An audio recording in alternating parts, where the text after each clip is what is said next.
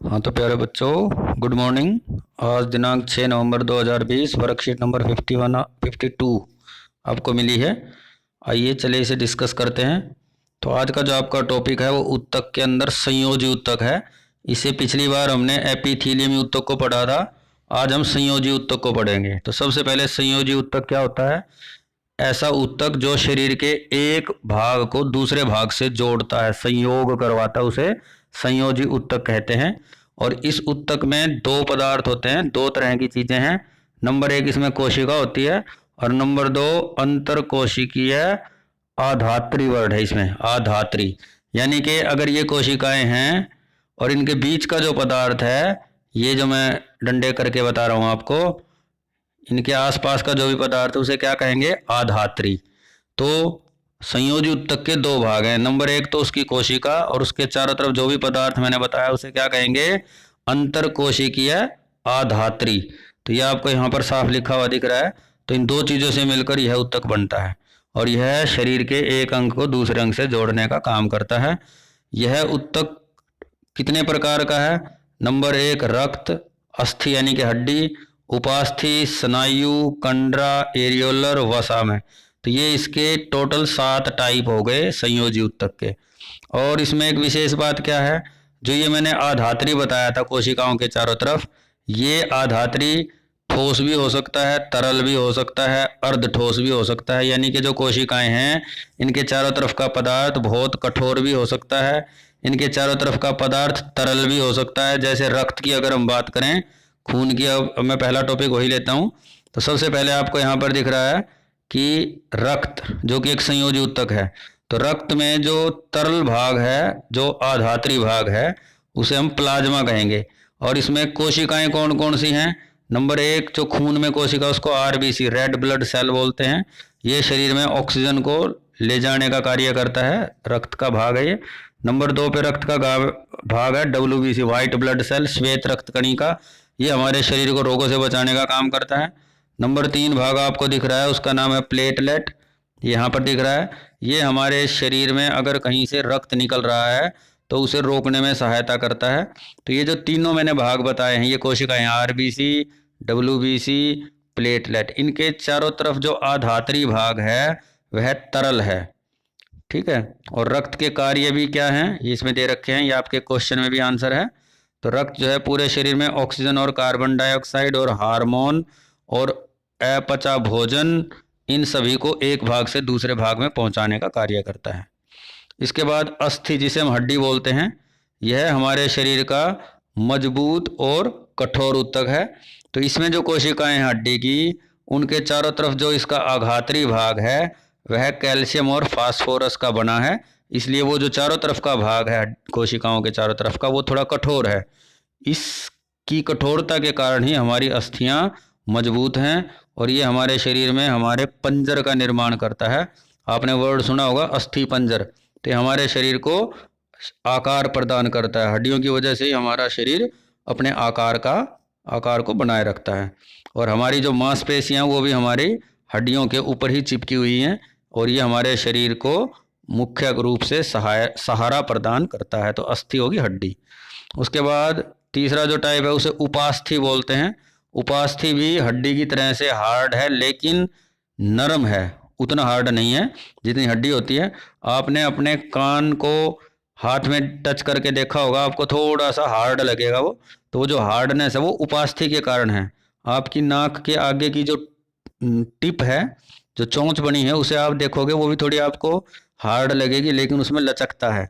आपकी गले के अंदर जो सांस की नली है, उसको आप हल्का सा दबा के देखोगे तो आपको थोड़ा हार्ड लगेगा वहाँ पर। तो वो हार्ड जो चीज़ें वो सारी क्या हैं? उपास्थि। तो उपास्थि के बारे में हम पढ़ते हैं। उपास्थि में भी जो कोशिकाएं हैं इस उत्तक की, उसके चारों तरफ जो आघात्री पदार्थ है वो प्रोटीन का बना होता है। इस वजह से यह भी थोड़ा सा मजबूत है। यानी कि जो कोशिकाएं हैं उपास्थि की, इनके चारों तरफ जो भी पदार्थ है जिससे ये कोशिकाएं घिरी हुई हैं, वह किसका बना है? प्रोटीन का। और वो भी उसको कठोरता प्रदान करता है। तो हमारे शरीर में नाक, कान, कंठ, श्वास नली में उपास्थि पाई जाती है। और ये अस्थियों के जो जोड़ है ना, हड्डियों के जो जोड़ हैं, उनको थोड़ा चिकनापन प्रदान करती है और हमारे हड्डियों को भी सहारा प्रदान करती है। तो इसका नाम था उपास्थि। इसके बाद वेरी इंपॉर्टेंट है क्वेश्चन, सीबीएसई भी पूछता है, स्नायु और कंडरा। देखिए ये रेशेदार उत्तक हैं। स्नायु की अगर हम बात करें तो यह इसमें आघात्री यानी कि कोशिकाओं के चारों तरफ का जो अंतर कोशिकीय पदार्थ है वो बहुत ही कम होता है। स्नायु जो है बहुत लचीला और मजबूत उत्तक है और ये दो अस्थियों को जोड़ता है। मान लीजिए आपके हाथ में एक हड्डी ये है और ये दूसरी हड्डी है, तो इन दोनों को यहाँ पर जो जोड़ता है उस जगह को क्या बोलेंगे, वो क्या है, वह आपका स्नायु है। ठीक है। उसके बाद हम बात करेंगे कंडरा की। कंडरा क्या होता है, यह मजबूत है लेकिन लचीला कम है। तो दोनों ही मजबूत हैं, ये स्नायु भी मजबूत है और कंडरा भी मजबूत है, लेकिन स्नायु में लचकता बहुत अधिक होती है और कंडरा में लचकता कम होती है। तो ये क्या काम करती है, जो हड्डी थी आपकी इसके ऊपर जो मांसपेशियां हैं आपकी, इनको जोड़ती है। तो मांसपेशियों को हड्डियों से कौन जोड़ेगा, कंडरा, और हड्डी को हड्डी से कौन जोड़ेगा, स्नायु। उसके बाद आपका है एरियोलर उत्तक। जो भी हमारे शरीर के अंदर अंग हैं उनके आपस में बीच में जो स्थान है काफी, वह एक पदार्थ से भरा है। तो अंगों के भीतर की जो खाली जगह है उसे कौन भरेगा, एरियोलर। तो हमारे अंदर के जो भी अंग हैं उन्हें सहारा भी यही देता है। यह त्वचा और मांसपेशियों के बीच जो खून की नलियां हैं उनके चारों तरफ उन सभी जगह पर अस्थि मज्जा में भी एरियोलर उत्तक पाया जाता है।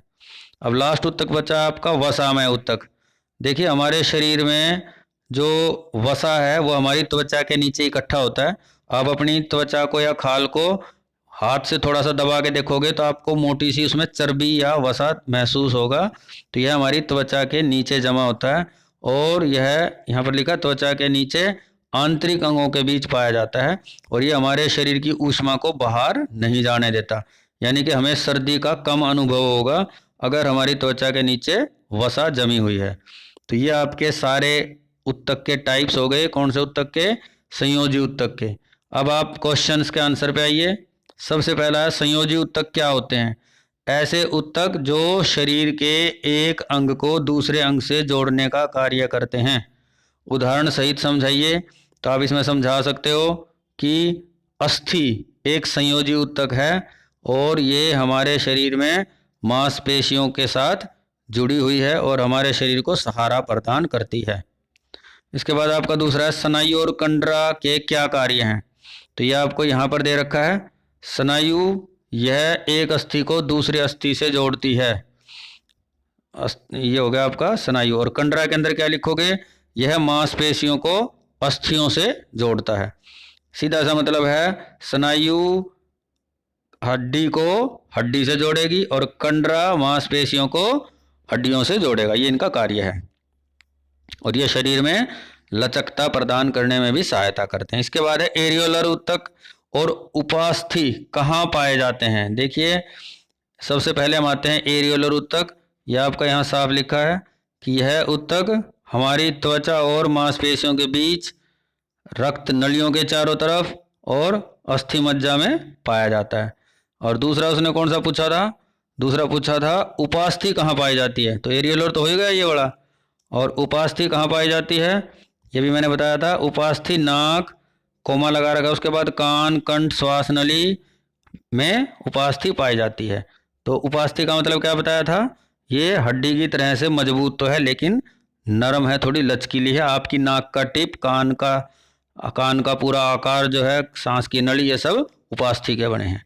इसके बाद आपका है एक तरल आघात्री वाले संयोजी उत्तक का नाम तथा उसके कार्य लिखिए। देखिए तरल आघात्री वाला जो उत्तक है उसका नाम क्या है, रक्त। तो ये सबसे ऊपर आपको मिलेगा।